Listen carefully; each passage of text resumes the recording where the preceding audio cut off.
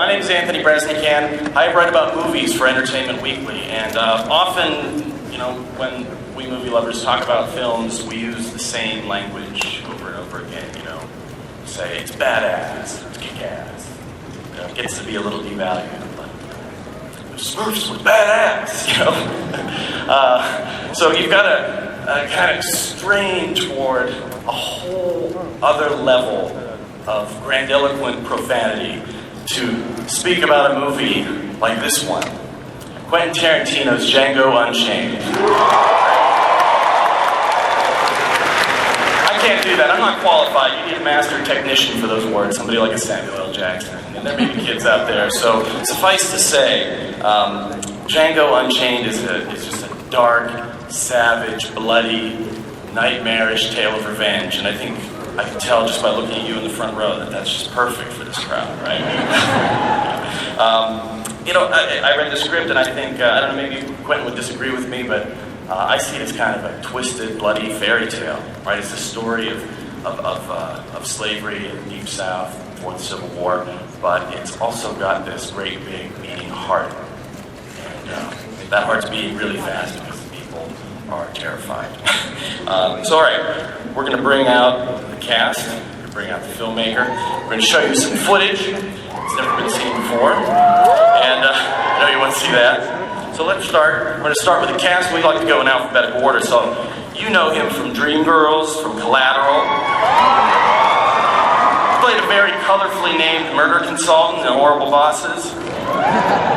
Won an Oscar for bringing Ray Charles back to us just a few months after my death. Mr. Jamie Foxx.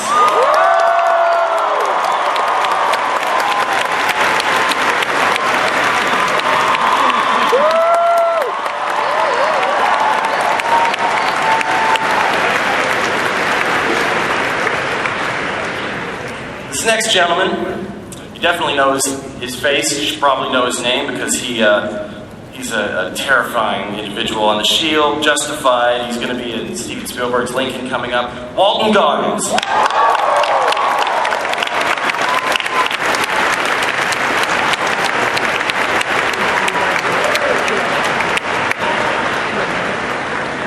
Got another man here. You know him. Miami Vice. Nash Bridges. He's on Eastbound and Down. Don Johnson.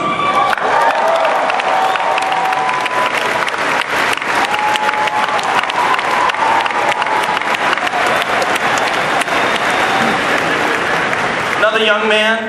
We can thank Quentin for making the introduction a few years ago. Since then, he's been in Water for Elephants, Carnage, Three Musketeers. We know him as the guy who scared the hell out of us as Colonel Hans Landa. Gentleman villain in Inglourious Bastards, Mr. Christoph Waltz.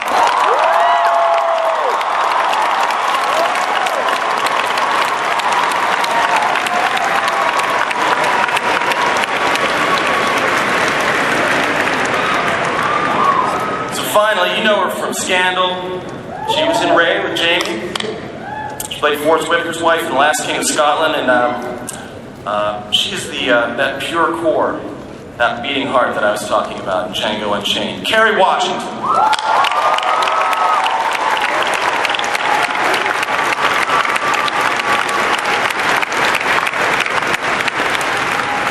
There are two other fellows in this movie. They're not here with us today. Samuel L. Jackson and Leonardo DiCaprio. We'll talk about them behind their backs. Right. So finally, I guess the grand master of this circus. Reservoir Dogs, Pulp Fiction, Kill Bill movies, Glorious Bastards. He's a little bit shy.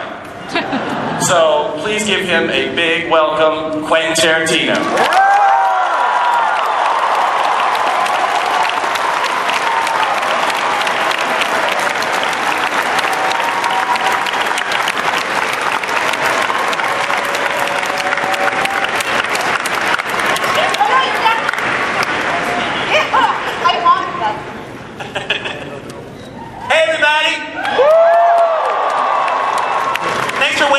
Coming down to see this.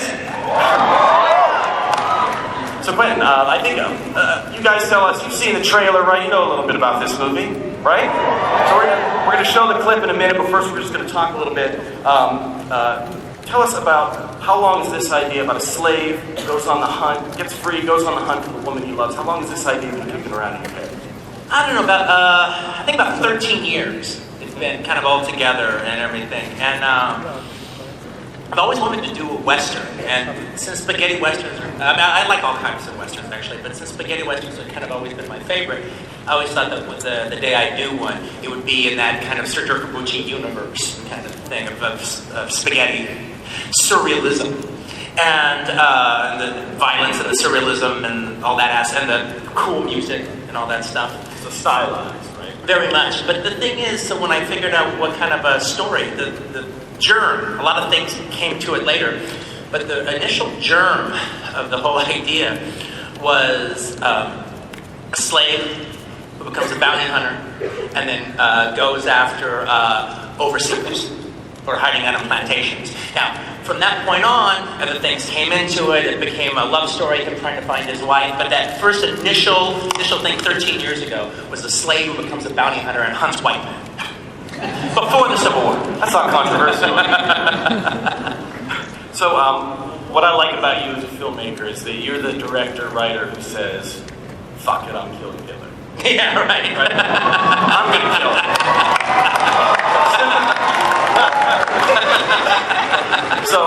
So with this movie, are you striving for any kind of historical accuracy, or are you painting more of a nightmare portrait of the antebellum South? Well, frankly, to tell you the truth, it can't be much more nightmarish than it was in real life. It can't be more surrealistic than it was in real life. It can't be more outrageous than it was in real life. It was fucked up, and it was bad, and it's, frankly, it is surrealistic. It's unimaginable to think of the pain and the suffering that went on in this country. So hence, making it perfect for a spaghetti Western interpretation of this entire story, because actually the reality and the historical aspect of it fits completely into the biggest canvas that you could think of for this type of story. Now, Jamie, I interviewed you when UW did the first look on this movie, and I asked probably what was a stupid question. I was like, do you think this movie will be controversial? What did you say? You know what, I think it is, but I think we've grown up too, though. I think we're big boys and big girls, yeah. And I think that when you talk about the courageousness of Quentin Tarantino, it's a totally different ballgame. You expect Quentin to blow the walls off of it. You expect him to actually go the extra mile. So just the script alone was blazing through Hollywood before anybody even, started the process. And there's a man that I won't mention, but he goes by the name of Mr. No. And he says no to every script. And I saw him in a party at Jamie, I wanted that script so bad. I wanted that Quentin Tarantino script. I wanted that script, I tell you. And so before we even got to this process, the script alone was courageous. It was, controversial, but you expect that from Quentin Tarantino. And then actually when we started shooting it, all of that it didn't fall away, but you sort of watched Quentin putting together this fantastic film with all these fantastic people, and it was just like waking up in the morning going to an all-star game, with all these great actors and actresses. How did you get into the headspace of Django? Because as the story starts out, he's not a hero in the beginning, man. He's beaten down, literally beaten down and marched to almost nothing. So how did you get into that headspace, and where did you take him from there? Well, that's interesting, because getting there was really a journey, because QT at the beginning of this process, when we started rehearsals, I don't know if you remember this, but he pulls me to the side and he says, I'm worried that you can't get to that slave. And I was like, what do you mean? And what he was saying was that, you live your life as Jamie Foxx, or you live your life as this, celebrity. How do you now strip everything away and get to the slave? And so that was the most important thing, was letting everything go and allowing because we all have egos, we all have our thing that we do. But he said, throw that out of the door right now so we can actually get to the work. So that's what was needed for me, to go do homework, to listen to what he says, come back strip yourself all the way down and start all over again? Yeah, it was actually interesting. I remember it was our first day of rehearsal. We went in, had a talk, and I was just talking about the movie before the movie. The whole movie that has to be lived before the story actually starts. And when you are introduced to Django, you see him on a chain gang being led from Mississippi to Texas with a bunch of other slaves. And so there's about 7 of them. And I took a piece of paper and I made like 7 X's and connected them like they were a chain. And I circled the sixth one. And I said, Jamie, where I'm coming from at the beginning of this movie, Django is just 6 from the 7th on the left in the slave train. All right? The whole movie's about him becoming a hero and becoming a cowboy and becoming this. But the way it's got to start is he's got to be anonymous from the rest of these guys. 6 from the 7th on the left in the chain gang. And then Jamie goes, Quentin, that's exactly how I see this guy. Well, Jamie, obviously you didn't have to go through what he goes through, but there must have been a time in your life before you were a famous guy who had an Oscar, before you were Jamie Foxx, literally before you were Jamie Foxx, right?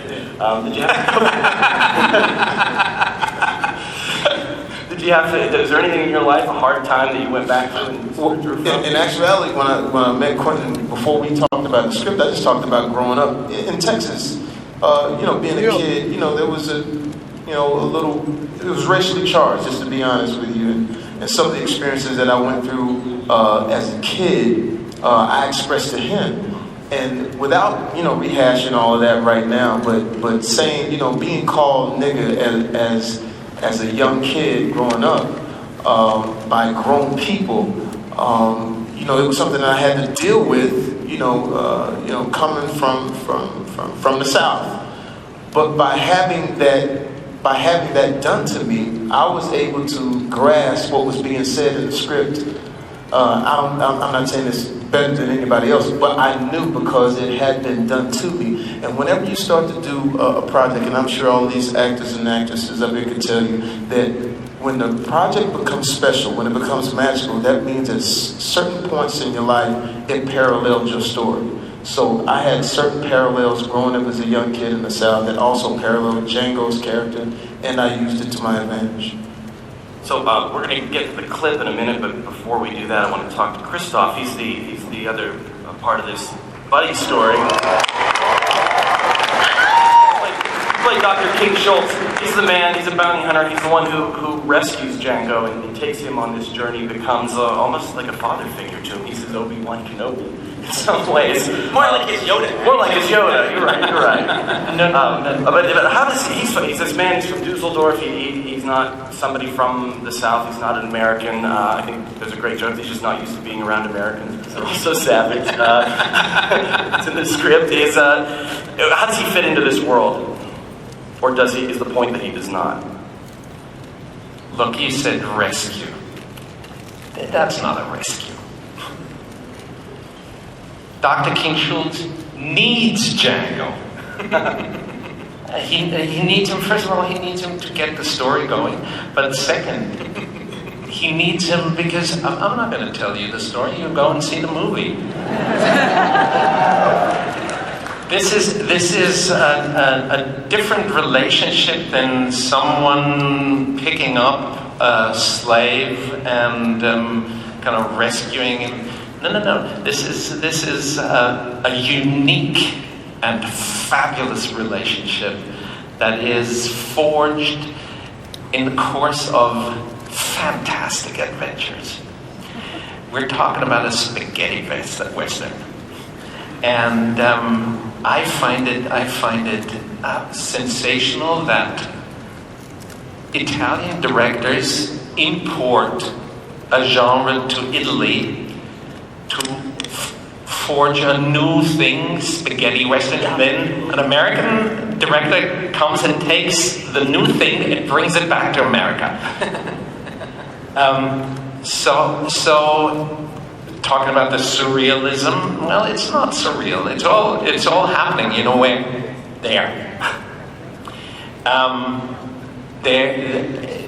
Dr. King Schultz, the character that I'm playing, and Django, or Django and Dr. King Schultz, rather, to keep the order in its appropriate order. is for the time being, until that kind of episode in Django's life ends, rather sort of bloody and elaborately, but they are a team. And yes, the dynamic changes over the course, but whether that's a father figure or a teacher, I don't know. But where does he fit in with these? I mean, he has the ability to see something in Django that other white men in this story, they can't see beyond skin color. So why does Dr. King Schultz, why is he able to forge this bond? I don't care about other white men. One of the things, though, is Schultz's character is a stand-in for basically one of the things I wanted. People said, "Well, why did you want to do a movie about a slave?" I go, "Well, I actually really didn't do a movie about a slave. I might do a movie about a slave someday." The character starts off as a slave. I was interested in a slave narrative. I was interested in a story that took place during the antebellum South and that brutal time, and actually having a black character having to negotiate through that time. But to me, one of the fun things and exciting things about telling the story was to take the Western genre that we know so well and have seen so often, and so much so that, I mean, I love Westerns, but I feel like I've seen every story in a Western ad nauseum a zillion times. So to take that type of Western story and place it in the antebellum South and put a black character at the center of it, all right, and doing the Western cliches, but doing them in the South in a way you don't see, the way the Westerns bend over backwards to not deal with slavery. I wanted to deal with it, and in the place where Schultz stands, Dr. Schultz, is, he is that experienced gunfighter that teaches the know-nothing kid how to handle a gun, how to be a killer, how to take care of himself. But, and that's just a classic trope from Westerns in general, whether it be Steve McQueen as the young guy and Brian Keith as the old gunfighter in Nevada Smith, or if it's Giuliano Gemma as the young gunfighter and Lee Van Cleef as the teacher in Day of Anger, all the way to, like I said, Empire Strikes Back, Luke Skywalker and Yoda. But not to belabor the question, but what is it about Schultz that makes him more enlightened than the other men in this story? Is it because he's a stranger in a strange land himself? Well, there is that. There absolutely is that. He's actually, as savvy as he is about the West and the bounty hunting game and profession, is as unsavvy as he is about the realities and the cruelties that exist in the South. As far as face-to-face dealing with it. And it's one of the things that actually becomes kind of interesting in the story is in the first half of the story, it is Schultz operating as the mentor, teaching Jamie how to read, how to do this, and how to draw fast, all the things that you've seen before in Westerns, and it's cool to see a black character doing it. But when they actually get into the thick of it, when they actually get to Mississippi, and now they're surrounded by the bondage, and they're surrounded by the cruelty, and they're surrounded by the hatefulness, it's Schultz who is caught short. But Jamie's not. Django's not. Django knows this world. He knows it very well. And he becomes the one that helps Schultz negotiate from that point on. It's a very interesting way of passing the potato. Which, by the way, corresponds completely to what Jamie just said about his experiences and my experience. I had no experience with this issue whatsoever because I grew up in Vienna, Austria. Thank you. What are you doing out But there were actually, Christoph will hit me in the head with something if I reveal the complete backstory. But there is an interesting backstory to Christoph's character that has nothing to do with, that's not told in the movie, it's not set up, but it actually makes sense why he would be enlightened in this way. He's actually, without going into detail, there's his own reason of being sort of a fugitive from Germany that brings him to America. And one last thing before we play the clip, everybody knows he's a dentist. That's what the doctor comes from. How did you make him a dentist? Is it because Doc Holliday? That was his trick? Well, it wasn't lost on me that Doc Holliday was a dentist, and I always thought that there was without him turning him into a drunk or a TB case. I always thought there was something kind of interesting about that. But I did want to make him a doctor.